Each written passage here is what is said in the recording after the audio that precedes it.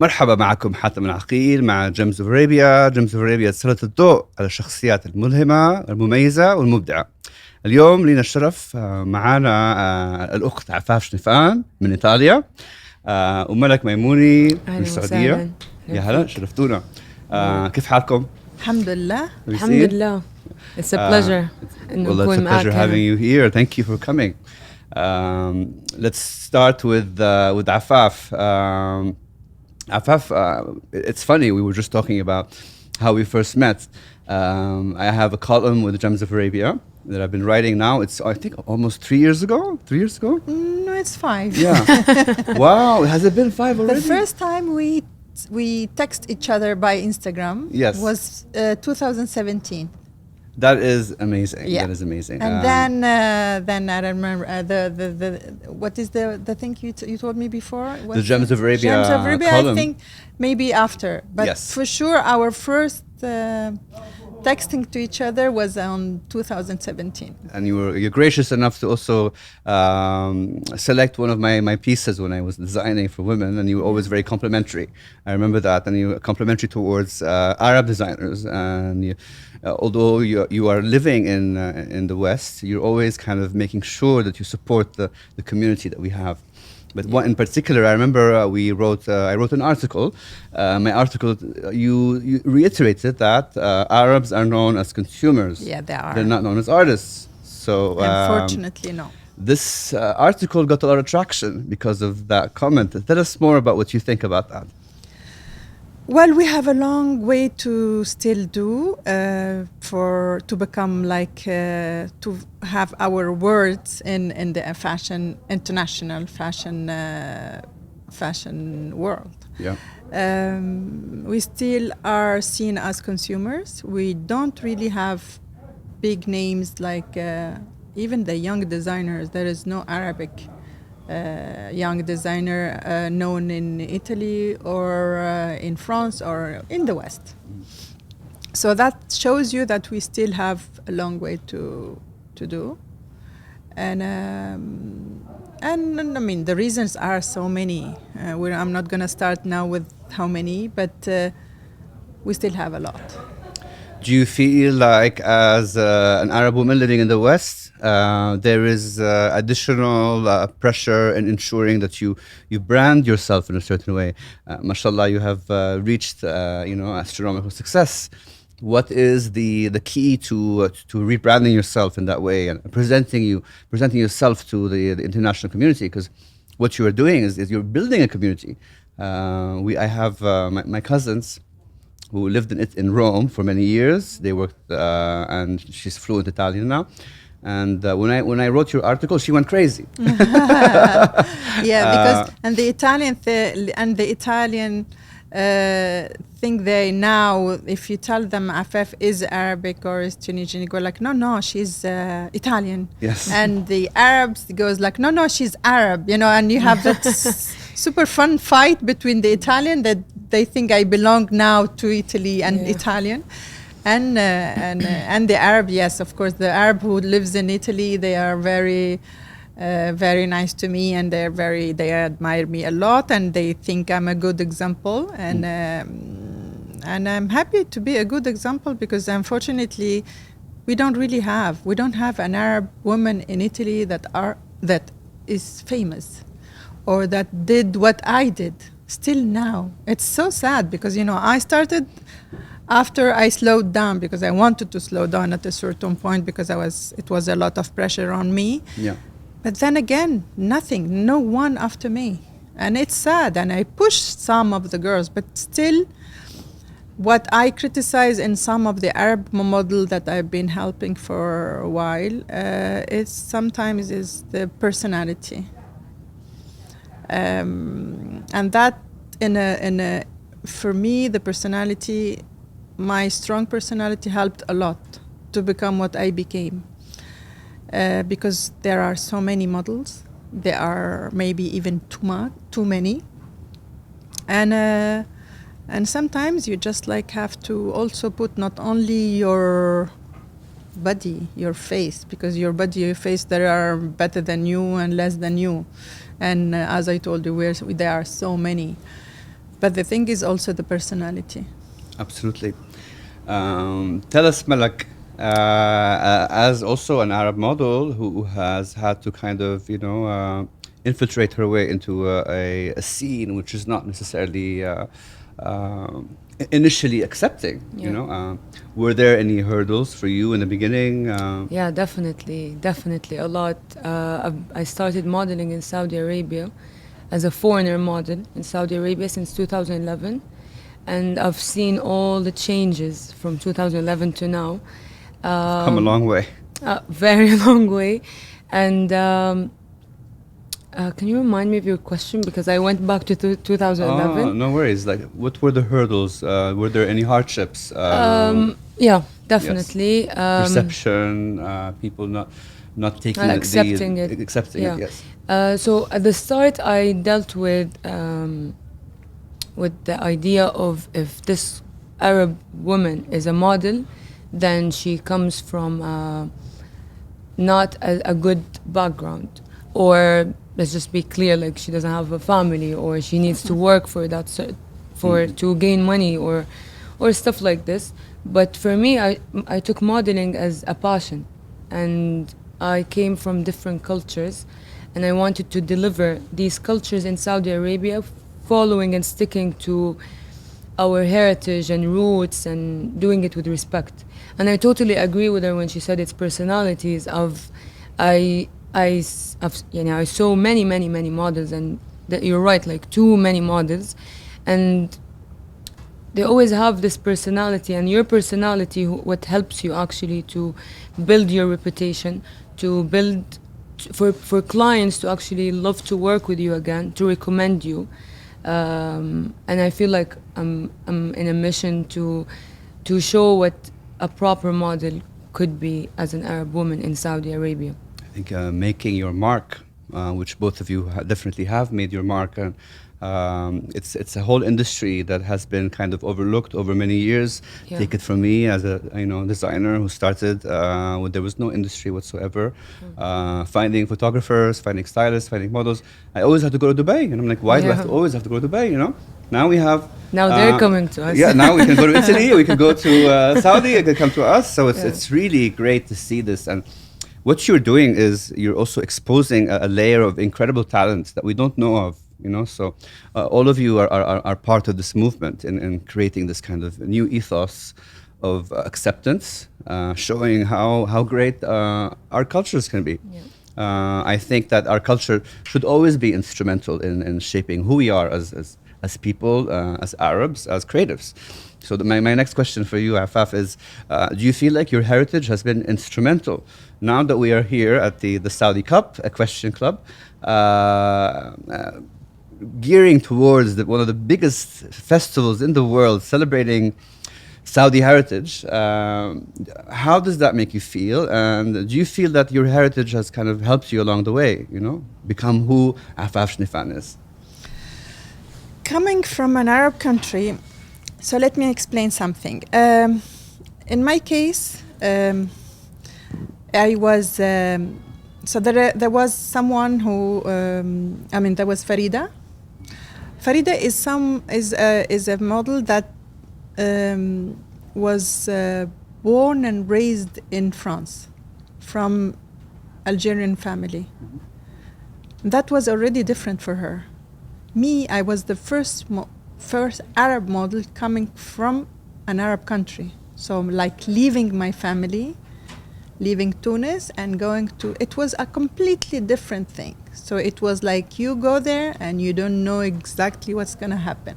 It takes a lot of resilience to be. It is. Yeah. I told you, my personality. You have to be resilient and you have to be tough in certain things that that's what you want and that's what you're going to go to and get. It wasn't easy for me because, as she said, people will think that you come from no background. In my case, my dad was appointed as the Tunisian ambassador in Saudi Arabia when I became my career. So it was like not really the thing that a dad wants to hear, that the daughter is modeling. In fact, we didn't have an easy contact and an easy relationship in the beginning, but that was exactly what I wanted, not because I was thinking I'm going to be someone else. I'm gonna be exactly me, with my education, with that education from my heritage, but in a modern way, respecting my rules, respecting a lot of stuff. In fact, showing the world. And showing the world, which was not easy, by the way. You think it was easy, but being Arab was not easy at all. And some of them, they won't even believe I was Arab. They think that I'm Brazilian, I'm Mexican, I'm whatever. And I was like, it wasn't easy for some designers to take me. But again, I almost did every show. And because of that, what I said, because of my personality, little by little, my personality was more than my physique. What was your most memorable show debut? I started with Azdin Alaya, but Azdin Alaya didn't know I was Tunisian, and I didn't tell him. Genius.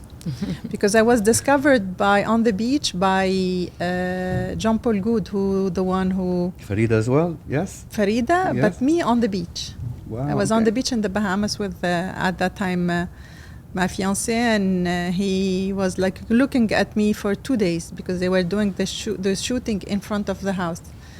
And then one day he came to me very shy because he's a shy man, and me, I was like really like a kid, and he looked at me and he goes like, do you want to be part of the, they were doing Club Méditerranée commercial. And a known Carla Bruni was there also. She wasn't famous. and he said, do you want to do this commercial? And I'm like, I was, maybe. I was like, I've never worked before. I wasn't thinking about being a model, frankly, And then, I have my family, not my family, the family of my boyfriend, and they told me, come on, do it. It's so beautiful. Do it. And I said, okay, I'll do it. So the day after, I was wearing a bathing suit of Azdin Alaya, and all started from there. And then he told me, you have to go to Paris after here because there are the shows, and you have to go see Azdin Alaya. And I went to see Azdin, and I didn't tell him I was Tunisian. It was just I didn't want it, I didn't want to help. Like, it's me and that's it. And very shy Azdin, then we became super, super good friend, and he was my dear friend. It seems he has built quite a bond with many people in the fashion industry. Everyone speaks of him in such a profound way. Everyone, I know. Darling, he was amazing. He was like a father for every girl. In fact, Naomi, that she calls him Papa. And me, we became then, and I did the shows and everything. And from that, my career started opened the career to me. But keeping, a lot of my, I don't know if it's heritage, I won't tell them, maybe education, family education. The family education was like, I've never smoked, I've never did any of all of craziness that happens around fashion or music business and everything. People will go drink and this and that. I've never done this, I've never smoked. I was very healthy. I kept on my health, my health life, but in the same time, my health mind. So it's kind of your family values are kind of what set the trend for celebrating your own culture. Yes, that's amazing. Yeah, absolutely. Malak, tell me, you also have to be very assertive and have your own way of looking at things to navigate in an industry that's almost probably even possibly more difficult than Afaf, in the sense where there is none. There wasn't an industry, you know, when one started. What was the driving force for you to continue, and who are the Arab personalities or models that kind of inspired you to take this step? All right, so I see myself as the first group that was created in Jeddah. I remember 2011 there was a group of 8 girls, and there was this international model. Her name was Ibtisam, and she was she was training us how to walk. How I was so bad in photo shoots, like I can't stand in front of a camera. It's not something that we grew knowing or we just see on TV. And then I had some experience from her for fashion shows, and then I went for 5 years to France. I studied there, and I always wanted to work in interior architecture, but fashion and modeling was always a passion. And when I went back 3 years ago, I had lots of experience in Paris. I was part of Fashion Week. I met amazing creative people. When I came back here, I had, with COVID, and I'm Moroccan, and I couldn't find a job easily. So I had this urge to be known and to create a brand from my name in modeling, how you do modeling correctly here. I faced lots of obstacles here, like racism, thinking that it's okay to wear this or to wear that just because you're a foreigner or you're in this field. But then this is where your personality again comes, and you prove and you put your points, and this is me and this is how I work. And with time people will just go with that, and they will understand that actually you're a professional person, and you're just being يعني مصر على نفس المبدأ. You're following the same morals. And of course the family education helps a lot. يعني my father, took him a while to accept modeling. It took him like a while, but I had to always prove that I'm always putting your trust in front of me and our morals and how you raised us. And I will never, for example, in Saudi Arabia go and do a bikini fashion show, for example, here, you know, like. So I followed these steps, and it made me who I am now. Yeah. And I have this image or reputation in my field that I heard a lot, and which I'm really honored and happy about it. It's because of continuing in the same steps and the vision that I have.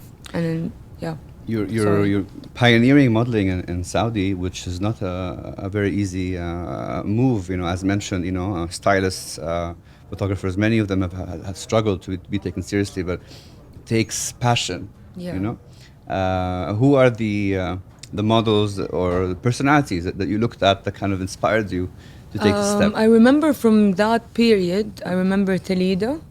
Okay. Talida Tamar, mashallah. Yes, yeah. She's stunning, and mashallah, she has the features, the height, the look. She's also she knows half Italian, half Saudi. Yeah, she's half Yes. Italian, half She's on the cover of Saudi. Harper's. Yeah, and Yeah.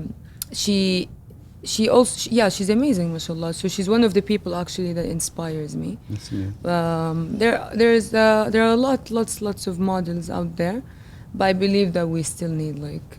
And how can we like, you know, inform the new Generation Z girls to continue in this path, but also have their own take on personality, on making sure that they have their voice heard? Social media has become such a platform now for anyone can become a model now. Yeah. And the right messaging has to be done. And what kind of approach do you think we should take in doing the correct messaging? Because it's a very sensitive subject. Yeah. Starting with taking modeling they can take it to any place they want to take it. So I think this age is instrumental. Don't you agree? No, I totally agree. Yeah. And I believe that your voice will be heard if your approach is genuine and just straightforward. as you live in Saudi Arabia as well, you can see that on social media we see lots of females that they're taking this job title as a job title for attention or to be known or just to post herself. But modeling is not about that. Modeling is not just to show yourself. Modeling is to show the piece, is to show how the feel of the piece. If you're wearing a dress, you show the feel of the dress. You know, if you're wearing a suit, you show this power, strong woman, and this is the approach I believe that every model should do and rehearse and exercise. And always, it's not wrong to see to check international models and do the same or just educate yourself, because it's not as easy as many people think. You have to have very thick skin. Myself, long time ago, I used to be a model. When I went to university, I used to do castings with Ford. So I used to go back and forth with Jill Sander, Armani. زمان لما كنا صغار.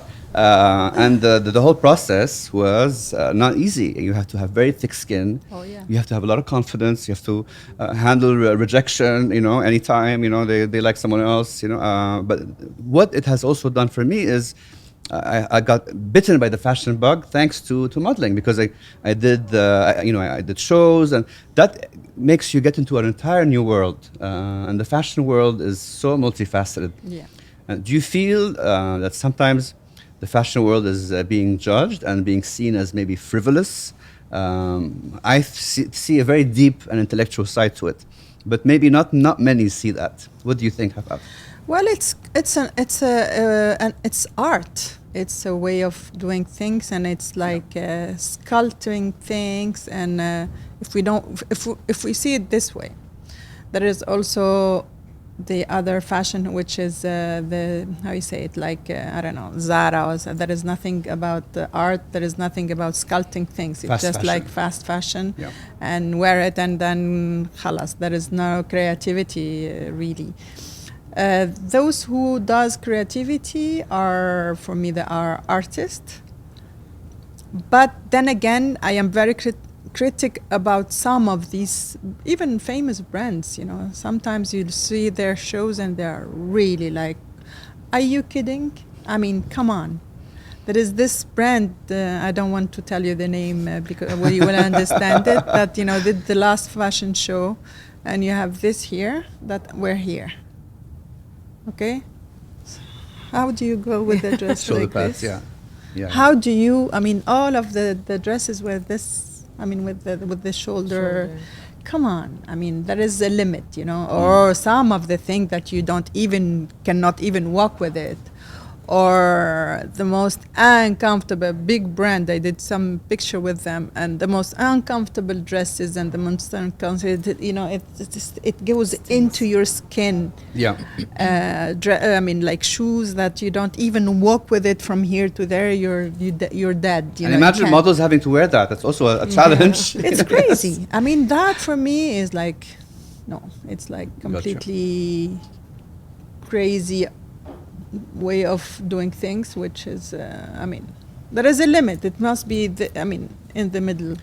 But do you think that the whole, philosophy of, being a model or being into fashion is linked with maybe something that doesn't really have the depth that maybe we should start educating people a bit more about the industry, educating them a bit more about, working in fashion and the process it takes, and also how people like yourselves can have a strong impact on the younger generation, because at the end of the day, it's all about what Generation Z is the future or even Alpha are looking at and what they see from their predecessors. So do you feel like there's an obligation as a personality, a global personality, a model who has great influence in the region, to convey the correct messages? Of course it has to be. You help the other generation coming, and it goes like from a generation to another generation, and it is a bit our duty to do it. I mean, as I told you about Farida and everything, there was an article on Vogue that was started. It's all started by her, talking about the modeling career of the Arab girls. So it's me, and then it's all the girls. It's me because of the age also. So I started that, and I opened to all the other young generation models who are, a lot of them, by the way, who became international are Tunisian. I don't know why. This is something, I don't know. I mean, at the time, you remember Hana, Kanza Furati, and some of the girls, they became like famous in the West, in the fashion in the industry, which is it's becoming more and more difficult, by the way, today to see an Arab girl in the fashion show of the big brands. Why is that? I don't know. You don't have many Bellas, Gigi's, Malak, Afafs. There aren't that many, huh?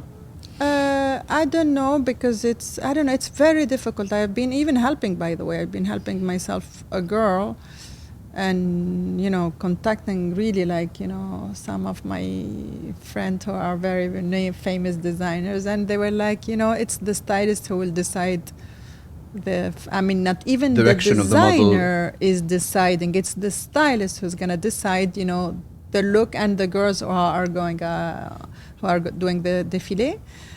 And nothing. There is no one famous Arab girl that are doing now the fashion shows in Milano, for example. I think it's challenging for an Arab model I to hope go so. through that. I hope. I want to see that. I wish. Yeah. I would love to. When I see this, all the girls coming from all over. So the missing links are perception. Is it not the industry not yet being inclusive, or is it just a coincidence, coincidental? I don't really know. Inclusive. They've been inclusive at the end with me. Yes, of course. And with at a certain point with Hana. But no, I don't know. It's very. I don't understand it. Well, with the Saudi Cup, we are excited to have you both here for the Saudi Cup. There's going to be some incredible celebrations, and this is going to be the place, I believe, for the world stage, for everyone to come and to be inclusive, to celebrate heritage, and Saudi heritage, in particular Arab heritage. And also part of what the Saudi Cup is about is reiterating the importance of the Arabian stallion, and how the Arabian stallion is ours, all of us Arabs, it's ours. And it's something that we need to all own and celebrate. I promise you one more question, and then I'll let you both go. Tell me, what is authenticity to you, Malak? What does it mean? Yeah, so it's really just be you and be real. I believe people now, they really can see who's real and who's not. Being authentic in the way you deliver things or approach people, or even how you deal with people around you. Even during a shoot, being authentic and just being you, it makes a huge difference. Absolutely. It helps a lot in growing, progressing. It reflects even the image of the place you are in. When someone from outside, for example, comes and they see how authentic and real this person is, this will reflect Saudi Arabia, will reflect our field, will reflect this industry to the outworld. I think that we have been mimicking other cultures for many years, and it's high time that we become our own people, and we Definitely. share our identity. And that's I think that's amazing. Very important. Afaf, what's authenticity to you? It's the opposite of being fake. It's exactly to be you, you and faithful to what you are, and not to do it for someone else, and not to please someone else. It's if you think that's the right thing to do, you have to be strong and authentic. Yeah. Very true, very true. But on that note, strength, being yourself, and may we all be able to celebrate authenticity, and we will definitely be celebrating it for the next few days. Thank you so much for coming. Thank you. Thank you for You having both, us. and it's a pleasure having you on our Gems of Baby podcast. you. And Thank we you hope to so see you much. both very soon. Inshallah. Actually, we'll see you at the races. Yes, Inshallah. inshallah. Shukran. Thank you.